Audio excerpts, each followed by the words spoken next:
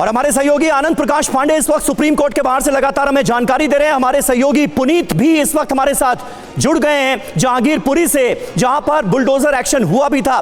पुनीत, ये बताइए कि इस वक्त सुप्रीम कोर्ट ने जो बातें कही हैं कि कानूनी प्रक्रिया के बगैर बुलडोजर एक्शन जो है वो पूरी तरह से अन्यायपूर्ण है, गलत है, इस फैसले को आम लोग किस नजरिए से देख रहे हैं? साफ कर दिया गया है कि चाहे आरोपी हो या फिर दोषी ही क्यों ना हो, आप किसी का घर बुलडोज नहीं कर सकते।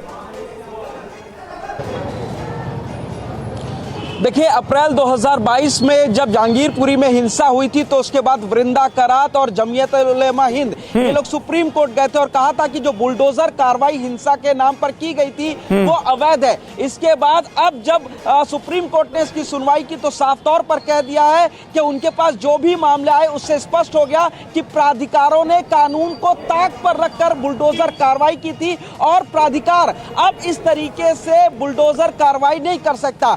मैं जहां पर मौजूद हूं यहीं पर 2022 में हिंसा हुई थी और हिंसा के बाद कुछ दुकानों के ऊपर, घरों के ऊपर बुलडोजर कार्रवाई की गई थी। उनकी दुकानों को, घरों को बुलडोजर से ध्वस्त कर दिया गया था। वो लोग हमारे साथ है, गणेश मौजूद है जिनकी जूस की दुकान को तोड़ दिया गया था। उसके साथ अकबर मौजूद है जिनकी दुकान को तोड़ दिया गया था। अकबर की पत्नी भी मौजूद है। गणेश, ये बताइए, अब सुप्रीम कोर्ट ने कहा है कि अगर कोई भी आरोपी है तो उसका इस तरीके से आप बुलडोजर नहीं चला सकते। इस चीज को आप कैसे लेते हैं? कितना नुकसान हुआ था उस वक्त आपका? किस तरीके से बुलडोजर? मेरा तो उतनी समय 12 लाख रुपए का नुकसान हुआ था।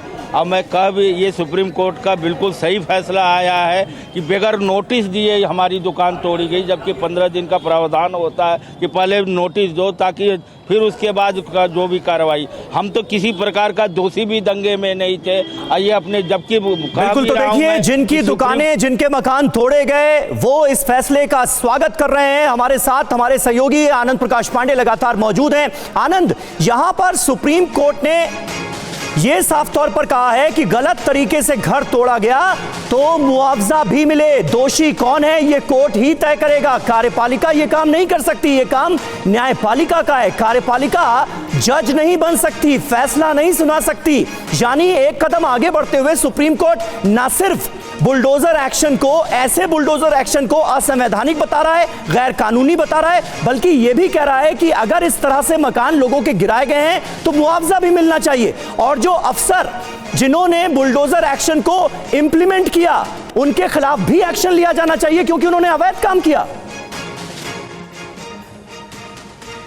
बिल्कुल, सुप्रीम कोर्ट जो है वो नेचुरल जस्टिस का हवाला दे रहा है जो कि हमारे संविधान में प्रदत्त है। उसमें कहा गया है कि सबको अधिकार है नेचुरल जस्टिस का, और ऐसे में अगर किसी पे कोई आरोप लगता है, किसी के खिलाफ कोई मामला सामने आता है तो आपको पहले उसका जवाब सुनना चाहिए। आपको पूरी जो प्रक्रिया है उसका पालन करना चाहिए, न कि आप उसको दोषी ठहरा दो, उसे घर पर बुलडोजर भेज दो और उसे घर को गिरा दो। और साथ ही साथ जो अधिकारी ऐसा काम करते हैं उनकी भी जवाबदेही तय होने की बात सुप्रीम कोर्ट ने कही है। क्योंकि अब अमूमन ये होता है कि राज्य सरकार या राज्य सरकार के मंत्री ये फैसला करते हैं और अधिकारी कुछ देर में वहां बुलडोजर भेज देते हैं, उसे घर को गिरा दिया जाता है। तो ऐसे में उनके अपने अधिकार है। जो लोग अपना घर बनाते हैं, एक एवरेज व्यक्ति की बात की है, एक औसत आदमी की बात सुप्रीम कोर्ट ने कही है कि पूरी जिंदगी निकल जाती है उसका घर बनाने में और आपको समय नहीं लगता है, आप बुलडोजर भेज के उसे घर को गिरा देते हो। और रही बात मुआवजे की, सुप्रीम कोर्ट ने कहा है कि अगर गलत कार्रवाई की गई है, किसी घर गिराया गया तो उसको मुआवजा भी राज्य सरकार को देना चाहिए। अभी कुछ दिन पहले यूपी के एक मामले में सुप्रीम कोर्ट ने जो पीड़ित व्यक्ति था जिसके घर को गिराया गया तो उसको 25 लाख मुआवजा देने का फैसला सुनाया था। तो ऐसे में आज भी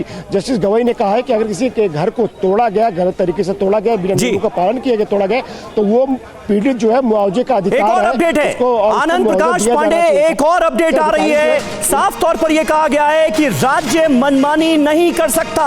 आश्रय का अधिकार जो है वो मौलिक अधिकार के तहत आता है। यह सुप्रीम कोर्ट ने कहा है अपने फैसले में। एक घर पर बुलडोजर दूसरे को छोड़ देना दुर्भावनापूर्ण है। यानी सुप्रीम कोर्ट यह बता रहा है कि दुर्भावना के तहत ऐसी कार्रवाई की गई है।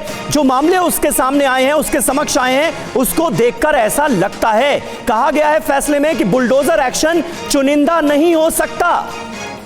यानी पूर्वाग्रह के आधार पर आप ऐसा फैसला नहीं ले सकते, यह कहा गया है। यह बहुत बड़ी टिप्पणी है सुप्रीम कोर्ट की। ऐसा मालूम होता है कि कार्रवाई अतिक्रमण के खिलाफ नहीं थी, यह सुप्रीम कोर्ट ने कहा है।